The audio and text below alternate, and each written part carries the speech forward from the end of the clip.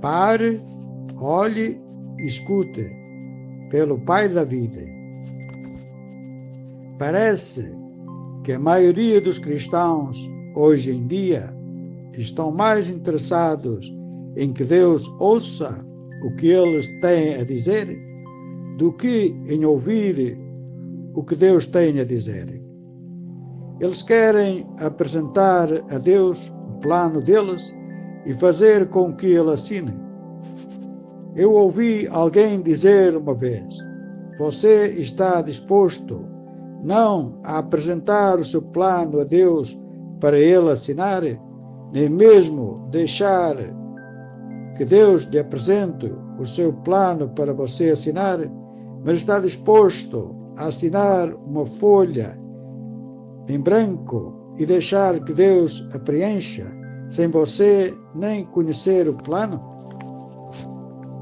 Uma vez uma garotinha disse do seu gatinho, quando o ouviu ronronando enquanto dormia: mamãe, o gatinho dormiu com o motor ligado. Você talvez esteja correndo por aí, mas esteja dormindo espiritualmente e talvez não esteja chegando a lugar nenhum, como se estivesse batendo no ar. 1 Coríntios 9, 26. Porque, a menos que você fique em silêncio e busque o Senhor, como vai conseguir ouvir o que Ele tem a dizer?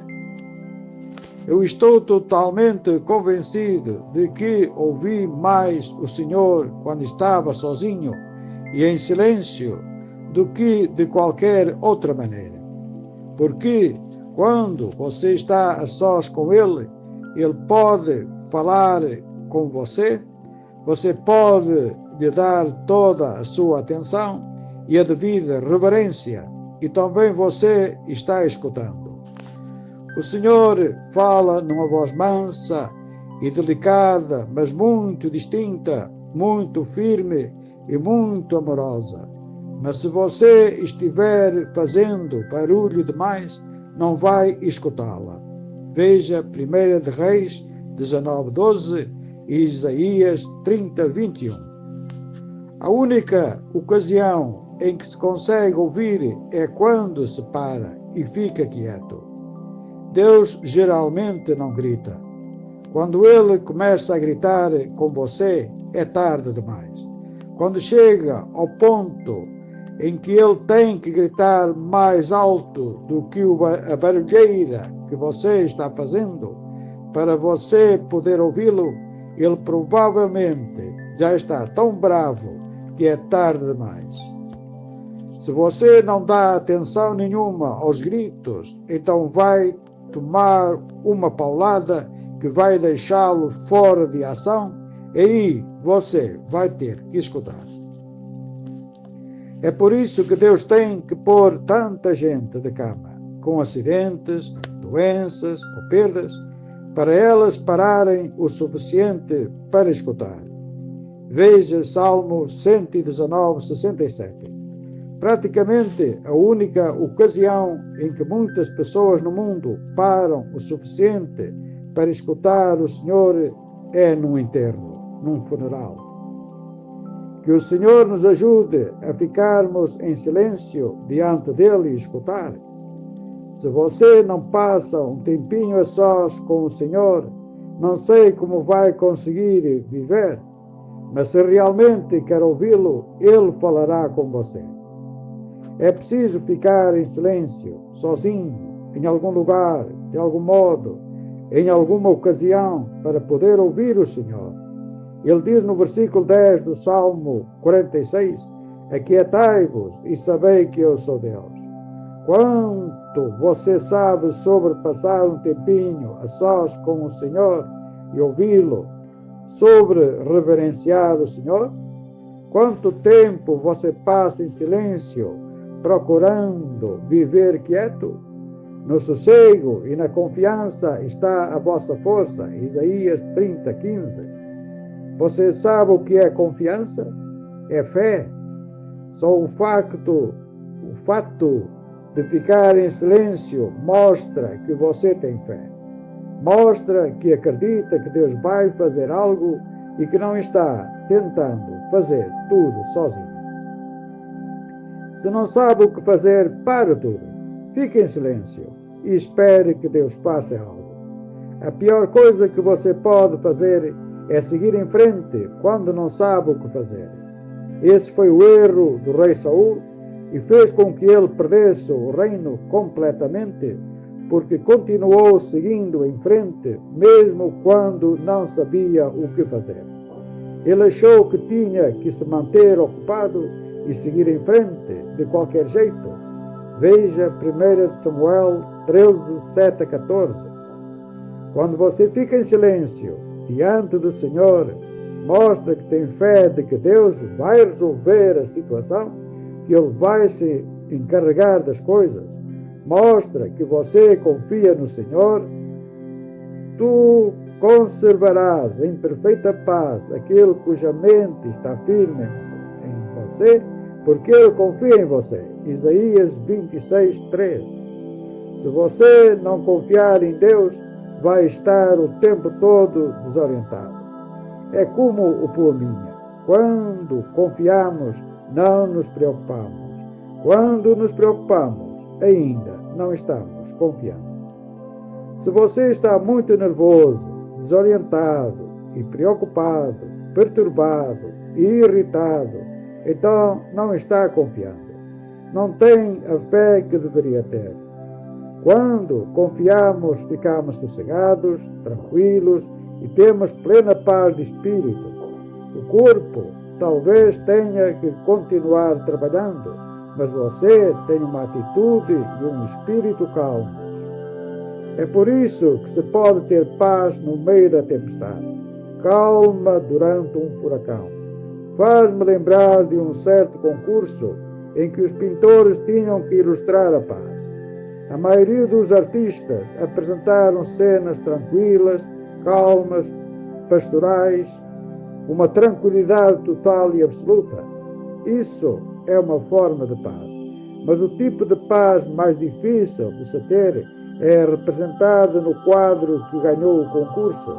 Era o quadro com uma catarata cujas águas caíam com fúria, fazendo um barulho ensurdecedor, um rio com suas águas espumantes e violentas, mas num galhinho acima, dependurado sobre a furiosa corrente, havia um lindo ninho com um passarinho sentadinho lá cantando tranquilamente, apesar da tempestade.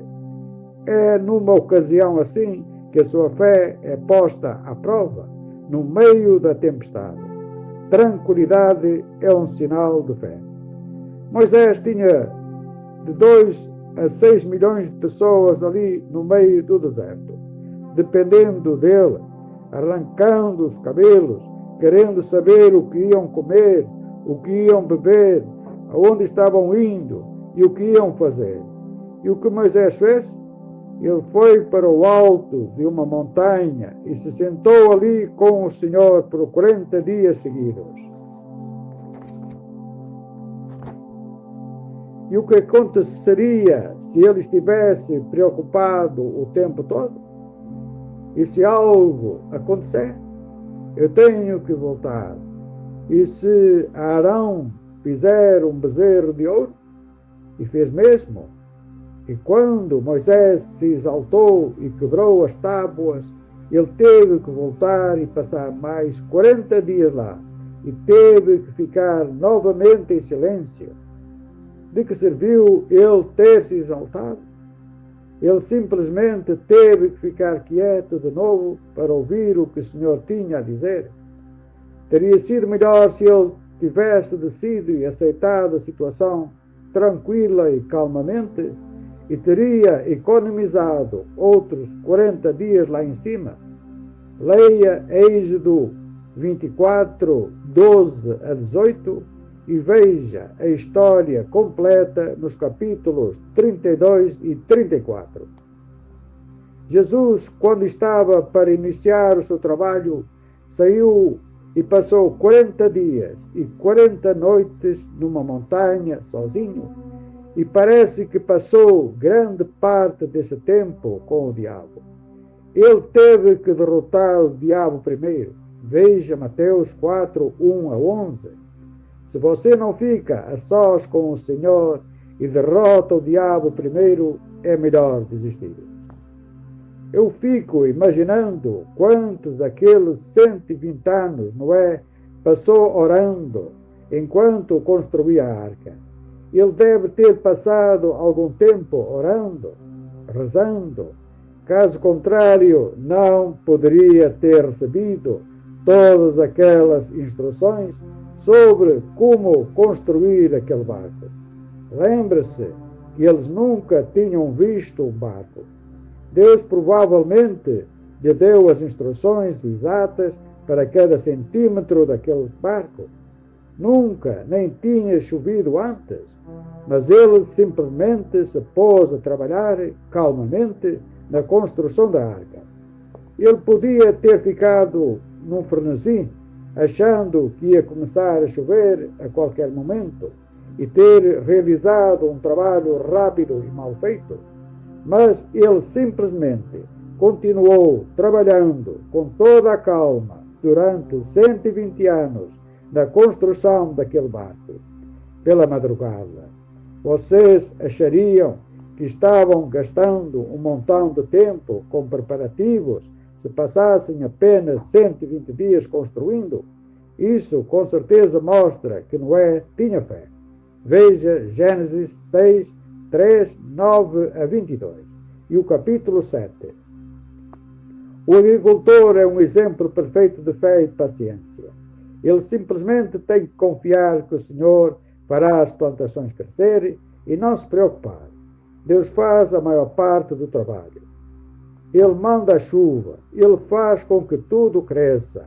O agricultor só tem que supervisionar as coisas. Se alguém que tem uma personalidade tranquila é o agricultor. O pessoal da cidade zomba dos agricultores, mas se eles não levassem as coisas com calma, enlouqueceriam como as pessoas da cidade.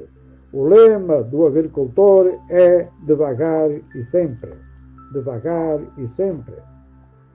A razão por que tão poucas pessoas querem viver numa fazenda é porque isso exige que se dependa muito de Deus. Elas podem fazer muito pouco, têm de deixar tudo por conta de Deus. Muita gente está abandonando as fazendas porque lá tem que se depender muito de Deus. É silencioso demais lá no campo. As pessoas dizem que é parado demais, que não tem movimento. Mas puxa, se simplesmente subissem no topo de uma daquelas colinas, ouviriam e veriam muita coisa acontecendo. Poderiam observar a tempestade, olhar as árvores, os animais, ouvir os trovões, só que geralmente as coisas acontecem com muito sossego e sem grande agitação.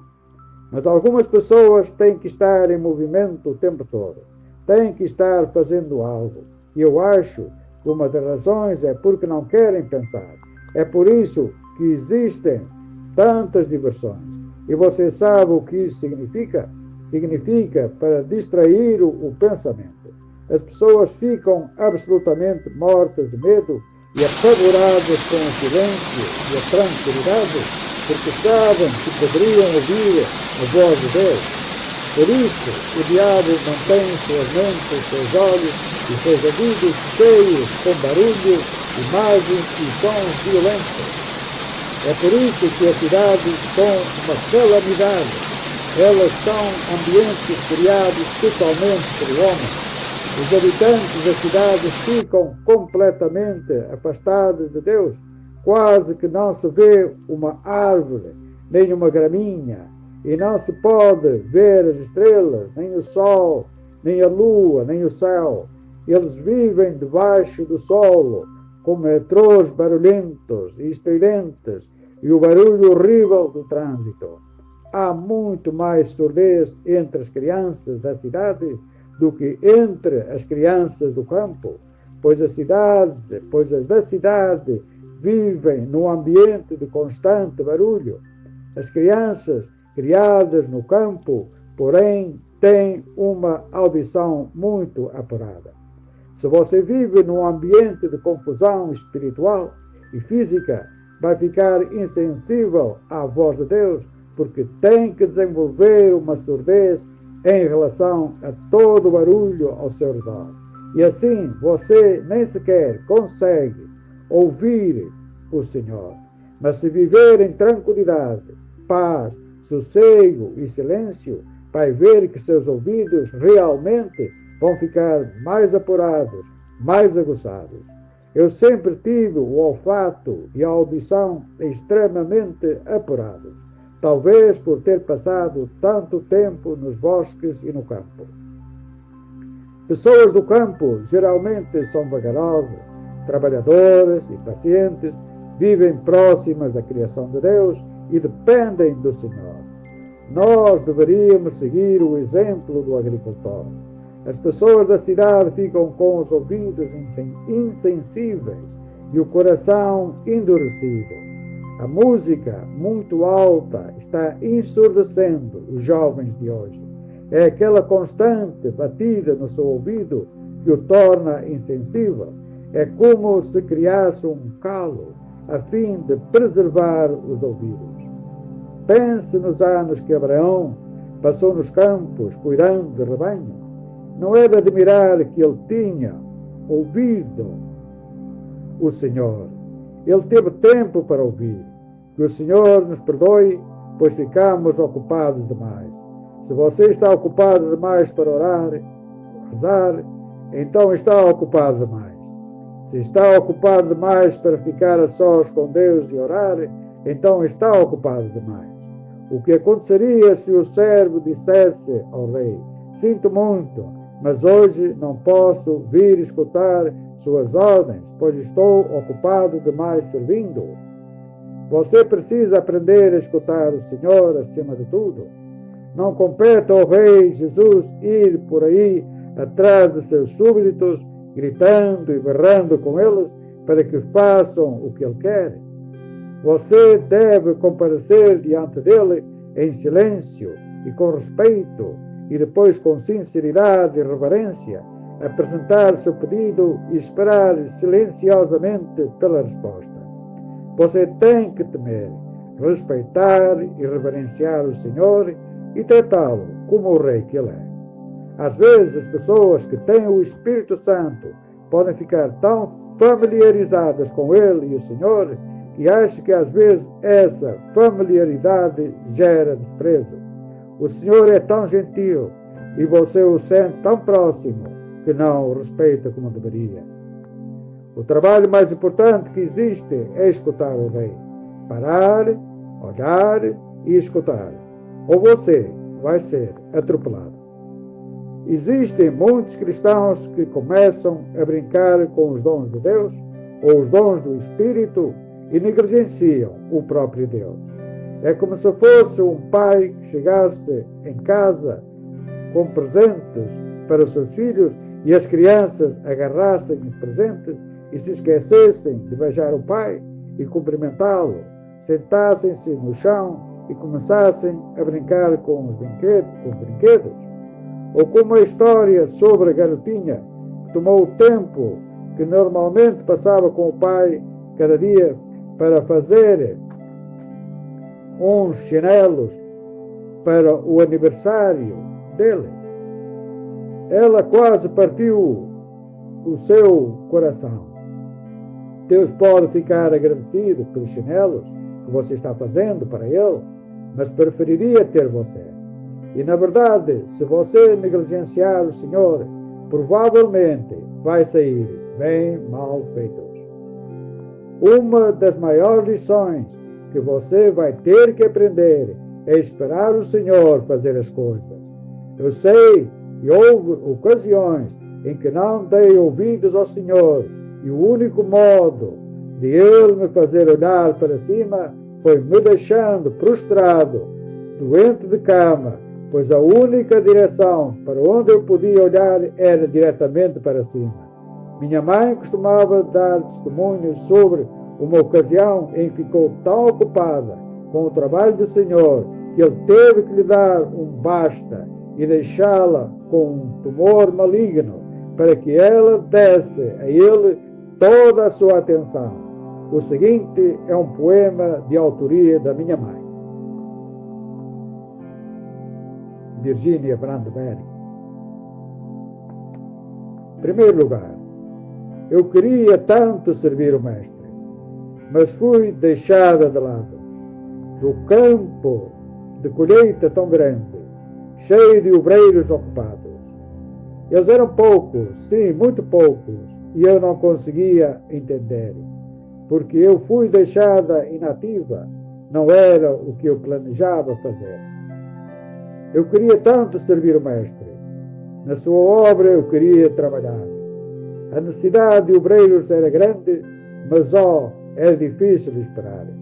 Ficar quieta, calma e calada, enquanto aos meus ouvidos chegava o som dos obreiros ocupados lá no campo que eu tanto almejava.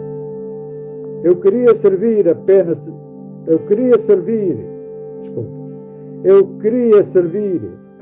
servir o Mestre, mas ele me levou a um lugar deserto. E ali, enquanto paramos e descansamos, ele me olhou bem de perto e, cheio de uma terna censura, me encheu com uma triste surpresa. Ele pensou que ressenti meu serviço ou considerei-o um sacrifício?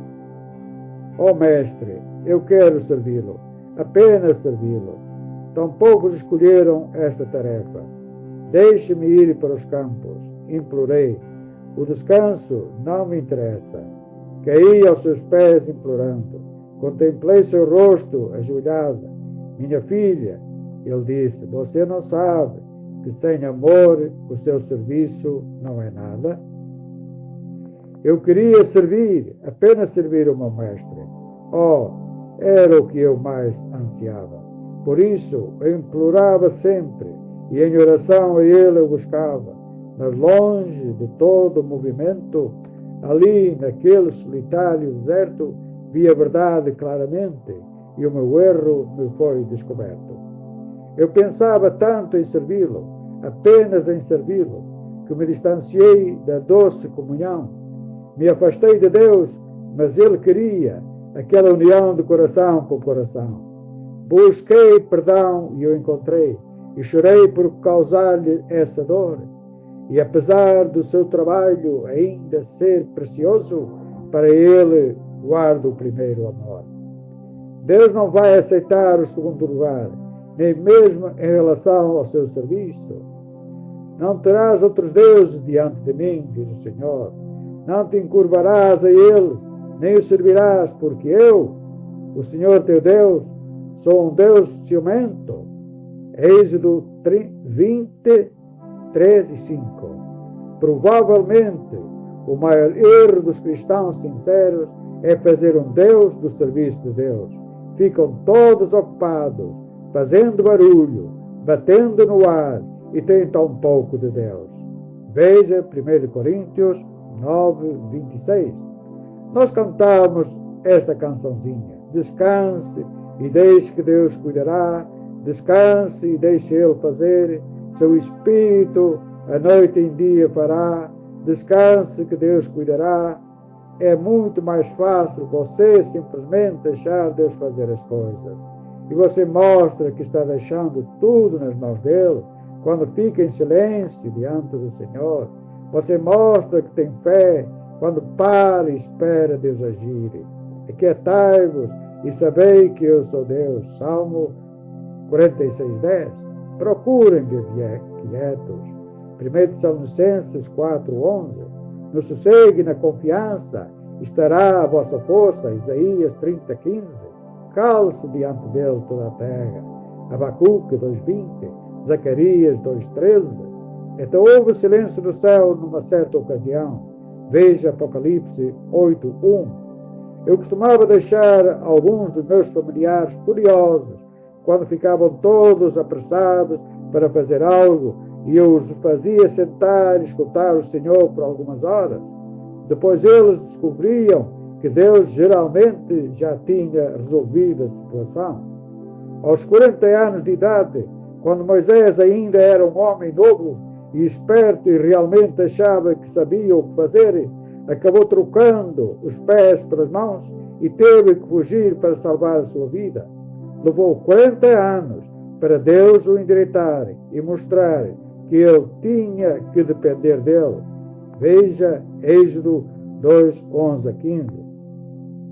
Pressa é sinal de que você receia chegar atrasado, o que significa que você tem medo, o que por sua vez significa que você não tem fé. Se você está atrasado, tenha calma, confie no Senhor. Uma razão por que nos apressamos quando estamos atrasados é porque, em primeiro lugar, provavelmente foi nossa culpa e não queremos ter que sofrer as consequências. Isso é orgulho. Isso é orgulho. Não queremos que as pessoas saibam que estávamos, na verdade, atrasados. Outra razão por que nos apressamos é porque não estamos confiando no Senhor. Temos receio de perder algo se não chegarmos lá. Não confiamos que Deus pode parar o mundo inteiro ou parar o sol, como Josué lhe pediu para fazer. Veja Josué 10, 12 a 15. Nunca me esquecerei de quando estava correndo para pegar o trem e o Senhor me avisou que se eu continuasse naquela tensão e esforço físico, ia me matar. Então eu deixei por conta do Senhor parar o trem, relaxei e fui com calma. E depois de embarcar, fiquei lá sentado por 40 minutos sem saber por que é que o trem, sempre tão pontual, ainda não tinha saído da estação. Finalmente perguntei ao Senhor e ele disse: você me pediu para parar o trem, mas ainda não me disse que queria ir. Quanto mais me apresso, mais atrasado fico. Simplesmente relaxe, vá devagar, não se apresse, não seja precipitado. E se for necessário, o Senhor fará tudo ir mais devagar para você. Não adianta se matar. Veja todos os exemplos de paciência na Bíblia. Jó, Moisés e Davi. Davi passou 24 anos trabalhando para o rei Saul, que vivia fazendo asneiras. E o Senhor lhe ensinou muito observando o rei. Saul ficou todo nervoso e tentou fazer as coisas na sua própria força, mas descobriu que não era forte o suficiente. Davi aprendeu que se deve deixar Deus fazer tudo e esperar por ele. Algumas pessoas me lembram o rei Saul. Elas perguntam algo ao Senhor e se não recebem logo uma resposta, simplesmente vão em frente e fazem o melhor que podem. Vejam o que aconteceu quando o profeta não apareceu e Saul foi em frente com a batalha sem esperar pelo Senhor. Ele perdeu o reino inteiro. Veja 1 Samuel 13, 7 a 14. Portanto, vá com calma. Pare, olhe, escute, espere pelo Senhor. Principalmente se você não sabe o que fazer e o Senhor ainda não lhe disse nada. De onde veio João Batista? Da grande cidade de Jerusalém. Foi lá que ele foi educado e recebeu a unção e o seu grande poder? Não. Ele veio do deserto, do mato, do sertão, onde podia ficar afastado da multidão e ouvir a voz de Deus. E quando ele saiu de lá, realmente tinha algo a dizer. Veja Lucas 3, 1 a 21. Jesus passou 30 anos da sua vida se preparando e só pouco mais de 3 anos em seu trabalho junto ao povo. Nós somos tão apressados. João escreveu o Evangelho de João e teve deve ter passado algum tempo com o Senhor para fazer isso, mas a sua obra-prima, o livro do Apocalipse, foi escrito pelo Senhor quando ele estava isolado numa ilha. A sua maior obra foi apenas o resultado de deixar Deus guiar a toda a situação, mostrar tudo e fazer tudo. Vamos mais devagar. Pare, olhe, escute, ou você será atropelado. O mundo está sempre com pressa. Essa é a estratégia do diabo. Acelerar o mundo. Fazer tudo andar mais rápido. Deus criou a Terra há 6.000 anos e a sua velocidade quase não variou desde então. Deus nunca ficou com pressa. A Terra ainda gira todos os dias à mesma velocidade. Deus não acelerou a velocidade das estações ou dos anos. O homem é quem está acelerando as coisas e está destinado à destruição. Vá mais devagar, relaxe, mas principalmente pare, olhe e escute e espere. Você vê sinais como este em lugares perigosos, como em cruzamentos, em linhas de trem, em ruas, em lugares com probabilidade de desastre, quando há uma alteração na sua rotina, nas coisas que você faz no seu caminho, na sua estrada. Se não fosse assim, você poderia acabar no trilho e ser atingido por um trem expresso. Mas você diz, eu não tenho tempo para parar, olhar e escutar. Se você não tem, talvez nunca chegue onde quer chegar. Antes tarde do que nunca. Qual é mais fácil? Tentar chegar antes do trem, tentar atravessar o trem, pular por cima dele, ou simplesmente parar, vê-lo passar e esperar alguns minutos? Ele vai passar logo e você poderá seguir tranquilamente o seu caminho. Tentar forçar a situação e abrir caminho à força não vai funcionar. Não vale a pena ficar correndo de um lado para o outro, todo preocupado e irritado, tentando chegar a algum lugar para fazer algo, quando você deveria estar esperando que o Senhor lhe mostre com certeza o que Ele quer que você faça e onde quer que esteja. O Senhor está tentando ensiná-lo a tomar decisões. A primeira coisa que devemos fazer para tomar uma decisão é não começar a conversar. O primeiro passo é perguntar ao Senhor o que fazer. Deus gosta que você demonstre um pouco de respeito por Ele. Oração não é só se ajoelhar e dizer o que você quer, mas é, acima de tudo, deixar Deus dizer o que Ele tem a dizer e esperar tranquilo e confiante até Ele responder. Você tem que estar não só em oração, mas tem que estar no Espírito. E se estiver, Ele dirá a cada um o que fazer. Você tem que perceber que sozinho não vai conseguir fazer nada. E deve orar fervorosamente para demonstrar o que fazer. Você deve parar tudo e escutar. Ficar em silêncio diante do Senhor. Mostra que você tem fé de que Ele vai se encarregar da situação, que Ele vai cuidar de tudo. Tome tempo para ouvir a Deus e Ele tomará tempo para resolver o problema. O seu trabalho febril não vale nada. O seu serviço não vale nada se você não der ao Rei Jesus a sua atenção, o seu amor, o seu tempo, se não conviver com Ele. Lembre-se que pressa é falta de fé e é proveniente do diabo. Se você está apressado e correndo por aí, preocupado e impaciente, nunca poderá concentrar toda a sua atenção, seus olhos, seus ouvidos, sua mente e seu coração no Senhor para saber qual é a solução para o problema, para descobrir a resposta para a pergunta e ver qual a melhor decisão a tomar. Mas quando você tiver aprendido a parar, olhar e escutar e esperar em comunhão com Ele e a receber a sua solução, então terá aprendido a tomar decisões. Você terá aprendido a orar e a seguir verdadeiramente a Deus. Ele dá o melhor aos que deixam que Ele faça a escolha.